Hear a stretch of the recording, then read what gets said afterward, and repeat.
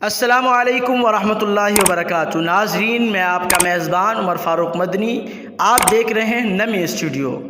ناظرین، میں آج آپ حضرات کے سامنے چند سوالات لے کر حاضر ہوا ہوں، اور یہ چند سوالات ان لوگوں کے لیے ہیں جو ارطغرل سیریل پر تنقید کر رہے ہیں۔ وہ میرے چند سوالات کے جواب ہی دے دیں تو کافی ہے۔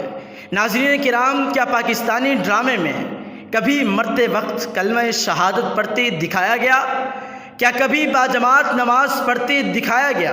کیا کبھی اذان ہوتے ہوئی دکھائی گئی؟ ناظرین کرام، کیا کبھی خاتون کے سر پر دوپٹہ اور خاتون کو وہ عزت جو اسلام نے بخشی ہے، یا اسے وہ عزت اور اس کا وہ حق کبھی دکھایا گیا؟ کیا کبھی جذبہ جہاد کی ترغیب دی گئی، جو کہ اسلام کا ایک مستقل فریضہ ہے؟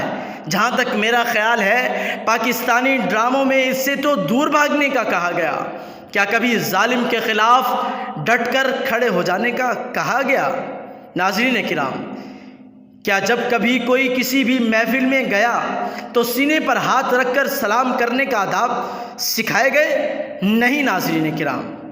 کیا ناظرین کرام، قرآن کی آیات کو موقع کی مناسبت سے لوگوں کو باترجمہ سمجھایا گیا؟ نہیں۔ کیا کبھی نبی پاک صلی اللہ علیہ وسلم کی احادیث پڑھ کر سنائی گئی؟ کیا کبھی اسلامی شعار کے مطابق زندگی گزارنے کی ترغیب دی گئی؟ کیا کبھی صلیبیوں کی سازشوں کے بارے میں بتایا گیا کہ کیسے انہوں نے ہمارے درمیان نفاق ڈالا اور عالم کفر کی سازش جو اسلام پر انہوں نے ڈھائی، کیا وہ دکھائی گئی؟ نہیں ناظرین کرام۔ اور کیا کبھی آپ کو ارطغرل میں کوئی سنی، شیعہ، وہابی، دیوبندی، بریلوی یا اہل حدیث نظر آیا؟ نہیں ناظرین کرام۔